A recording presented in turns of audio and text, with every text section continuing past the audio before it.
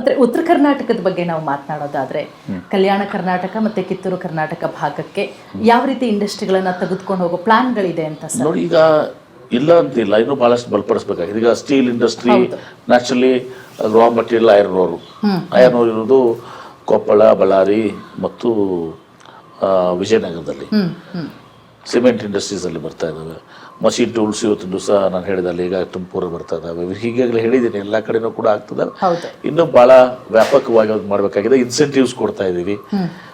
ಬೆಂಗಳೂರಿಗೆ ಇನ್ಸೆಂಟಿವ್ಸ್ ಇಲ್ಲ, ಅರ್ಬನ್ ಬೆಂಗಳೂರಿಗಿಲ್ಲ, ರೂರಲ್ಗೆ ಸ್ವಲ್ಪ ಇನ್ಸೆಂಟಿವ್ಸ್ ಇಲ್ಲ. ಜೋನಲ್ ವೈಸ್ ಇನ್ಸೆಂಟಿವ್ಸ್ ಕೊಡ್ತಾ ಇದ್ದೀವಿ. ಇನ್ನೂ ಹೆಚ್ಚಿಗೆ ಒತ್ತನ್ನು ನಾವು ಕೊಡ್ತೀವಿ. ಇನ್ಸೆಂಟಿವ್ಸ್ ಕೊಡುವ ಮೂಲಕ ಈ ಎಲ್ಲ ಸಮಗ್ರ ರಾಜ್ಯ ಎಲ್ಲ ಕಡೆ ಬೆಳವಣಿಗೆ ಆಗಬೇಕು. ಬೆಂಗಳೂರು ಅಷ್ಟೇ ಅಭಿವೃದ್ಧಿ ಆದ್ರೆ ರಾಜ್ಯದ ಅಭಿವೃದ್ಧಿ ಆದಂಗಲ್ಲ. ತುಂಬ ಸಹ ಕರ್ನಾಟಕ, ಎಂಟೈರ್ ಕರ್ನಾಟಕ ಅಭಿವೃದ್ಧಿ ಆಗಬೇಕು. ಆ ದಿಶೆಯಲ್ಲಿ ಇನ್ನೂ ಬಹಳಷ್ಟು ಪ್ರಯತ್ನಗಳಾಗಬೇಕೀಗ. ಸುಮ್ಮನೆ ಮುಂದೆ ಕೂತು ನಾನು ಒಂದು ಲಘುವಾಗಿ ಮಾತಾಡಿ ಹೋಗುತ್ತಲ್ಲ. Struggle very hard. ಬಹಳಷ್ಟು ಬಿಯಾಂಡ್ ಬೆಂಗಳೂರಿಗೆ ಬಹಳಷ್ಟು ಒತ್ತನ್ನು ಕೊಡಬೇಕು. ಬಹಳಷ್ಟು ಇದು ಮಾಡಿದ್ರೆ ಆ ಚಿಂತನೆಗಳು ಇದು ನಿರಂತರವಾಗಿ ನಡೀಬೇಕು. ಆ ಕೆಲಸವನ್ನು ಮಾಡ್ತೇವೆ. ಖಂಡಿತವಾಗ್ಲೂ ಸರ್, ನೀವು ಹೇಳಿದ್ರಿ ಬೆಂಗಳೂರು ರೀತಿ ಬೇರೆ ಬೇರೆ ನಮ್ಮ ರಾಜ್ಯದ ಬೇರೆ ಬೇರೆ ಜಿಲ್ಲೆಗಳಿಗೂ ಕೂಡ ಒತ್ತು ಕೊಡಲಾಗುತ್ತೆ ಅಂತ ಹೇಳಿ ಇನ್ವೆಸ್ಟರ್ಸ್ನ ಮನವೊಲಿಸುವಂತಹ ಪ್ರಯತ್ನ. ಯಾಕಂದರೆ ಬೆಂಗಳೂರು ಅಂತ ಹೇಳಿದ್ರೆ ನಿಮಗೆ ಹೋಯ್ತು IT ಹಬ್ಬು ಎಲ್ಲವೂ ಕೂಡ ಸಿಗುತ್ತೆ, ಎಲ್ಲ ಫೆಸಿಲಿಟೀಸ್ಗಳು. ಬೇರೆ ಕಡೆಗೆ ಅವರು ಅಂದರೆ ಅವರನ್ನ ಯಾವ ರೀತಿ ಮನವೊಲಿಸ್ತೀರಾ ಸರ್? ನೋಡಿ, IT companies, research companies, GCCs ಅವರು ಬೆಂಗಳೂರು ಬಿಟ್ಟು ಹೋಗೋದು ಭಾಳ ಕಷ್ಟ ಇದೆ. ಮ್ಯಾನುಫ್ಯಾಕ್ಚರಿಂಗ್ ಎಲ್ಲಿ ಬೇಕಾದ್ರೆ ಹೋಗ್ಬೋದು. ಓಕೆ.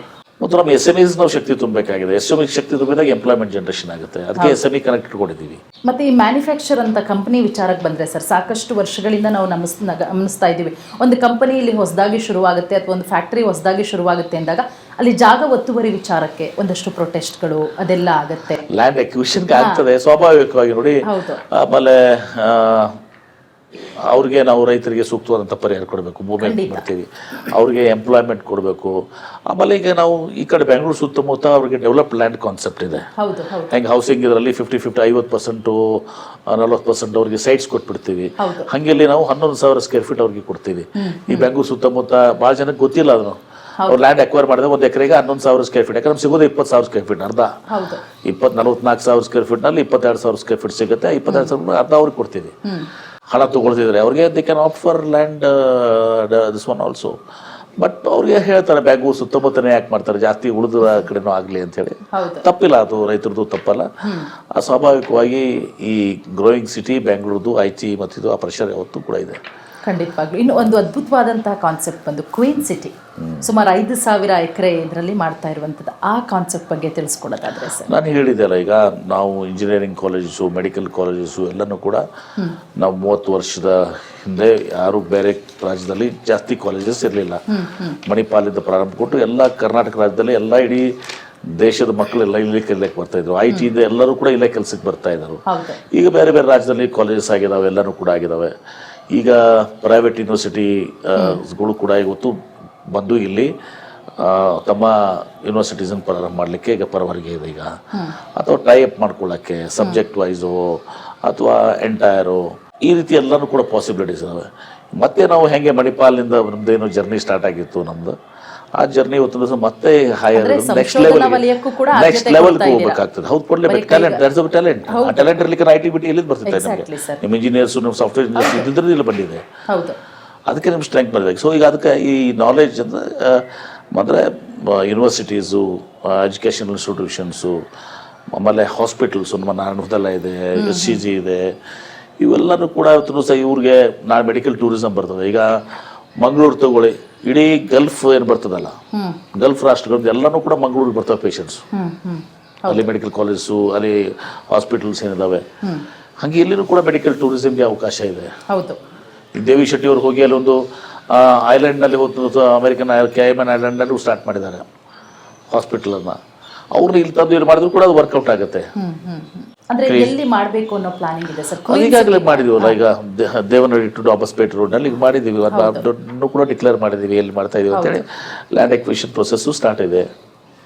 ಫಸ್ಟ್ ಫೇಸನ್ನು ಶೀಘ್ರದಲ್ಲೇ ಈಗ ನಾವು ಅದನ್ನು ಒಂದು 6 ತಿಂಗಳಲ್ಲಿ ಫಸ್ಟ್ ಫೇಸ್ನ ಡೆಡಿಕೇಟ್ ಮಾಡಬೇಕು, ಸ್ಟಾರ್ಟ್ ಮಾಡಬೇಕು ಕ್ಲೈಂಟ್ಸ್ ಎಲ್ಲ ಅಂತೇಳಿ. ಖಂಡಿತ ಸರ್. ಈಗ ಇನ್ವೆಸ್ಟ್ ಕರ್ನಾಟಕ 2025 ಎಷ್ಟು ರಾಷ್ಟ್ರಗಳು ಭಾಗಿಯಾಗೋ, ಅಂದರೆ ಎಷ್ಟು ಉದ್ಯಮಿಗಳು ಬರುವಂತಹ ಸಾಧ್ಯತೆಗಳಿದೆ ಅಂತ ಹೇಳಿ? ನೋಡಿ, ಒಂದು 5,000 ಪಾರ್ಟಿಸಿಪೆಂಟ್ಸ್ ಆಗ್ತಾರೆ.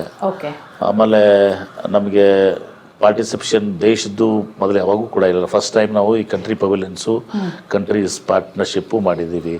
19 ಕಂಟ್ರೀಸ್ ಭಾಗವಹಿಸ್ತಾರೆ. 9 ಕಂಟ್ರೀಸ್ ನಮ್ಮ ಪವಿಲಿಯನ್ ಕೂಡ ಹಾಕ್ತಾರೆ. ದಾವೋಸ್ನಾಗ ಹೆಂಗೆ ಮಾಡ್ತಾರೆ ವರ್ಲ್ಡ್ ಎಕನಾಮಿಕ್ ಫೋರಮ್ ಥರ ಆ ಥರ ಇಲ್ಲಿನೂ ಕೂಡ ಮಾಡ್ತಾ ಇದ್ದಾರೆ. ಭಾಳಷ್ಟು ಕಂಪ್ನೀಸ್ ಬರ್ತಾ ಇದ್ದಾವೆ. ನಾವು ವಿದೇಶಿ ಕಂಪ್ನೀಸ್ ಬರ್ತಾರೆ, ತಮ್ಮ MOU ಸೈನ್ ಮಾಡ್ತಾರೆ. ಸುಮಾರು 10 ಲಕ್ಷ ಕೋಟಿಯಷ್ಟು ಈಗ ನಮಗೆ ಇಲ್ಲಿ ಈ ಒಂದು ಸಮಿಟ್ನಲ್ಲಿ ನಮಗೆ MOU ಸೈನ್ ಆಗ್ತವೆ. ಮತ್ತು ಆ MOU ಸೈನ್ ಆಗಿದ್ದು ಇಲ್ಲಿ ರಿಯಲೈಸೇಷನ್ ಆಗುತ್ತೆ, ಇಲ್ಲಿನೇ ಅವರು ಮ್ಯಾನುಫ್ಯಾಕ್ಚರಿಂಗ್ ಮಾಡ್ತಾರೆ. ಹೌದು ಹೌದು, ನೀವು ಹೇಳಿದ್ರೆ ಕೇವಲ ಕಾಗದ ಬೆಲೆ ಅಲ್ಲ ಅಂತ ಹೇಳ್ತಾರೆ.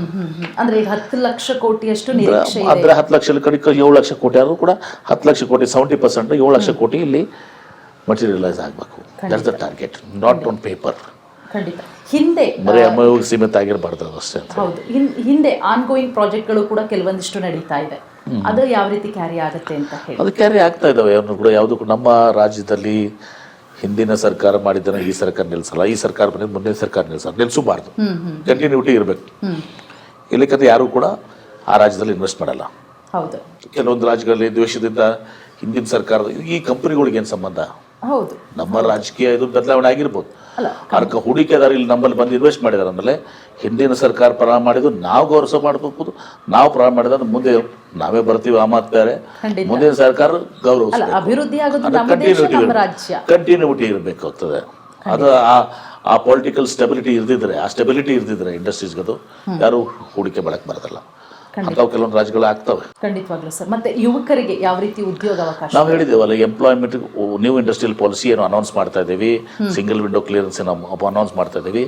ನ್ಯೂ ಇಂಡಸ್ಟ್ರಿಯಲ್ ಪಾಲಿಸಿಯಲ್ಲಿ ಉದ್ಯೋಗಕ್ಕೆ ನಾವು ಇನ್ಸೆಂಟಿವ್ ಕೊಡ್ತಾ ಇದ್ದೀವಿ. ನ್ಯೂ ಎಂಪ್ಲಾಯ್ಮೆಂಟ್ಗೆ ಇನ್ಸೆಂಟಿವ್ ಕೊಡ್ತಾ ಇದ್ದೀವಿ. ಮಹಿಳಾ ಎಂಪ್ಲಾಯ್ಮೆಂಟ್ಗೆ ಅಡಿಷನಲ್ ಇನ್ಸೆಂಟಿವ್ ಕೊಡ್ತಾ ಇದ್ದೀವಿ.